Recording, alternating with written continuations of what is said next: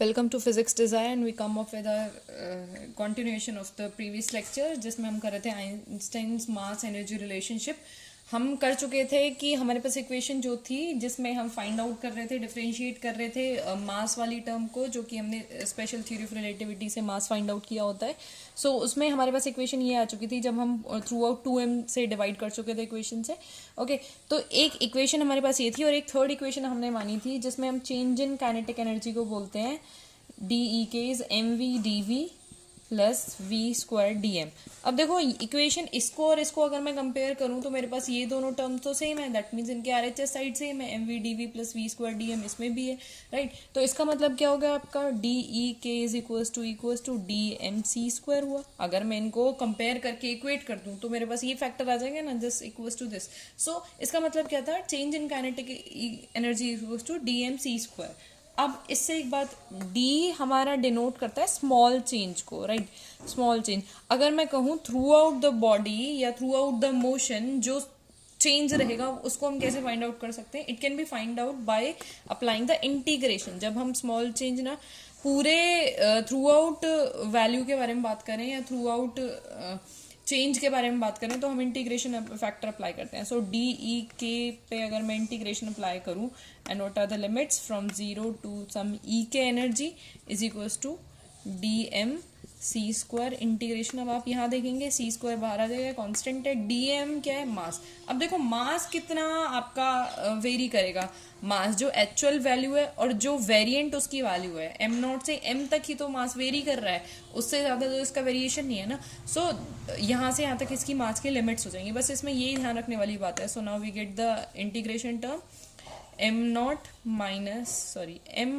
M not upper limit minus lower limit into c square. So now the energy will be m minus m naught e into c square. So this is the energy term. अब आप देखेंगे कि इसमें खास बात क्या है, ये इक्वेशन में खास बात ये है E K is equals to C square. अगर हम इसको लिख सकें मल्टीप्लाई करके अंदर M C square minus M not C square minus M not C square. अब आपको एक चीज हमने बताई थी, एम नॉट सी स्क्वायर क्या है, रेस्ट मास एनर्जी। जब बॉडी रेस्ट पर है उस टाइम उसके पास जो एनर्जी है that is rest mass energy, right. और रेस्ट मास एनर्जी को हम दूसरा in terms of potential energy भी कह सकते हैं। एंड एम सी स्क्वायर, अब देखो एक इक्वेशन होती है हमारे पास, टोटल एनर्जी हमारी इक्वल होती है kinetic energy plus potential energy, या मैं कह दूं rest mass energy, both are same terms almost. Okay, so total energy is equals to kinetic energy plus rest mass energy. अब यहाँ देखो, this is your rest mass energy, this is your kinetic energy. तो अगर मैं इनको इधर ले आऊँ तो मेरे पास क्या आएगा, E K plus M not C square. इस टर्म को इधर ले आऊँ तो मेरे पास एम सी स्क्वायर बचेगा। अब इन दोनों इक्वेशंस को कंपेयर करो, ई K is your kinetic energy होगी या नहीं, रेस्ट मास एनर्जी आपकी एम नॉट सी स्क्वायर है, राइट। तो ये टर्म आपकी क्या हो जाएगी, टोटल एनर्जी ऑफ द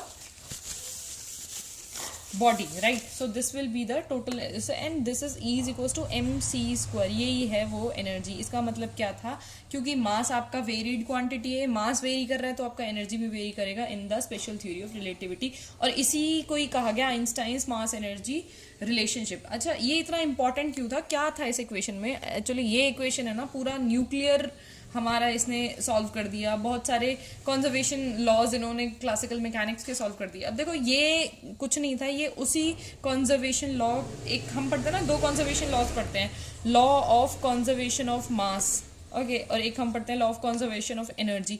देखो हम ये कहते हैं कि energy is conserve and mass is conserve. ये इक्वेशन जो है इन दोनों लॉज को ही एक ही इक्वेशन में कह देती। कैसे, देखो अगर किसी बॉडी का मास है then it has some energy, या मैं एक आपको थोड़ा सा केमिस्ट्री से रिलेट करवाऊँ तो हम ये कहते हैं हमारे पास, मान लो हमारे पास दो ये रिएक्टेंट है, right, they converted into some product. तो मैं कहती हूँ मेरे पास ये आया और आधा आया sphere, sorry this one is circle and this is square, और इनका प्रोडक्ट कुछ बना स्क्वायर, जुड़ के बने स्क्वायर और सेमी सर्कल। तो बचा क्या आपका, आधा semi circle, right.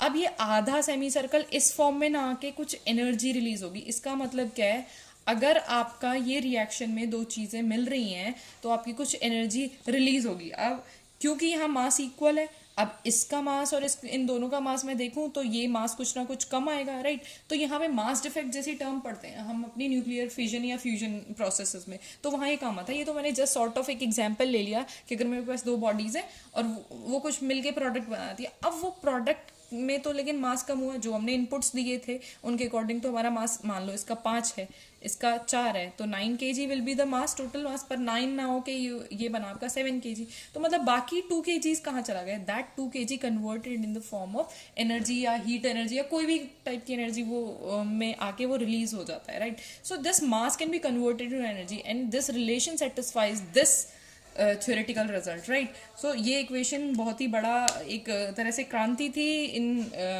Nuclear physics, क्योंकि न्यूक्लियर फिजन और फ्यूजन में ये बहुत इंपॉर्टेंट रही है।